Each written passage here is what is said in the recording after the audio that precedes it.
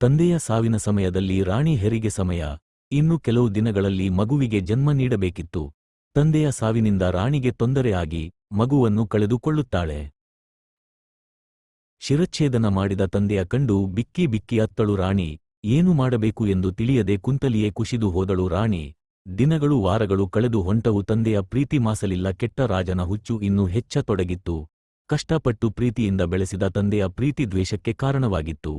ದಿನ ಕಳೆದ ಹಾಗೆ ಕಾಯ್ದು ಕುತ್ತಿದ ರಾಣಿ ಸಂದರ್ಭ ಬರಲೆಂದು ಕಾಯುತ್ತಿದ್ದಳು. ಒಂದು ಸಾರಿ ಅಳುವುದನ್ನು ನೋಡಿ ಬೇಜಾರುಗೊಂಡ ಬೇರೆ ದೇಶದ ಒಬ್ಬ ವ್ಯಕ್ತಿ ಅವರ ರಾಜ್ಯಕ್ಕೆ ಬಂದಾಗ ಅದನ್ನು ಕಂಡ ರಾಣಿ ನಡೆದ ಘಟನೆ ಎಲ್ಲ ಹೇಳಿ ಅಳುತ್ತಾಳೆ. ರಾಣಿಯ ಜೊತೆ ಒಳ ಒಪ್ಪಂದ ಮಾಡಿ ಕೊಳ್ಳುತ್ತಾನೆ. ಬೇರೆ ದೇಶದ ವ್ಯಕ್ತಿ ರಾಣಿಗೆ ನಾನು ನೀನು ಹೇಳುವುದೇಲ್ ಮಾಡುವೆ, ಆದರೆ ನಿನ್ನೂ ನನ್ನ ರಾಣಿಯಾಗಬೇಕು ಎಂದು ಹೇಳುತ್ತಾನೆ. ಅದಕ್ಕೆ ರಾಣಿ ತಂದೆಯ ಸಾವಿಗೆ ಸೇಡು ತೀರಿಸಿಕೊಳ್ಳಲು ಒಪ್ಪಿಕೊಳ್ಳುತ್ತಾಳೆ. ಒಂದು ಸಾರಿ ರಾಜ ತಮ್ಮ ವಿರುದ್ಧ ದೇಶದ ಜೊತೆ ಯುದ್ಧ ಸಾರುತ್ತಾನೆ. ರಾಜ ಯುದ್ಧ ಸಾರಿ ದೇಶದ ರಾಜ 1 ವರ್ಷದ ಮೊದಲು ರಾಜನ ಹೆಂಡತಿ ಜೊತೆ ಮಾತಾಡಿ ಹೋದ ವ್ಯಕ್ತಿಯಾಗಿರುತ್ತಾನೆ. ಅದನ್ನು ಅರ್ಥೈಸಿಕೊಂಡ ರಾಣಿ ಅವನ ಜೊತೆ ಸೇರಿ ಸಂಚನ್ನು ರೂಪಿಸುತ್ತಾಳೆ. ಮರುದಿನ ಯುದ್ಧ ಪ್ರಾರಂಭ ಆಗುತ್ತದೆ.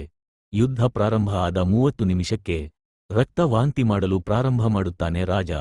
ಅವನಿಗೆ ವಿಚಿತ್ರ ಅನ್ನಿಸುತ್ತದೆ. ವಿಚಾರ ಮಾಡಲು ಪ್ರಾರಂಭ ಮಾಡುತ್ತಾನೆ. ರಾಜಾರಾಣಿ ತನ್ನ ಕೆಲಸವನ್ನು ಸೂಕ್ಷ್ಮವಾಗಿ ಮಾಡಿ ಮುಗಿಸಿರುತ್ತಾಳೆ. ಏನೆಂದರೆ ರಾಜ ಯುದ್ಧಕ್ಕೆ ಬರುವಾಗ ಕೊಟ್ಟ ಹಾಲಿನಲ್ಲಿ ಭಯಾನಕ ವಿಷ ಹಾಕಿಕೊಟ್ಟಿರುತ್ತಾಳೆ. ಕುಡ್ಡಿದ ಹಾಲನ್ನು ನೆನೆಸಿಕೊಂಡ ರಾಜ ತಾನು ಮಾಡಿದ್ದ ಪಾಪ ಎಲ್ಲಾ ನೆನೆಸಿಕೊಂಡು ರಾಜ ಯುದ್ಧ ಭೂಮಿಯಲ್ಲಿ ಪ್ರಾಣ ಬಿಟ್ಟನ್ನು ರಾಣಿ ತನ್ನ ಸೇಡನ್ನು ತೀರಿಸಿಕೊಂಡಳು.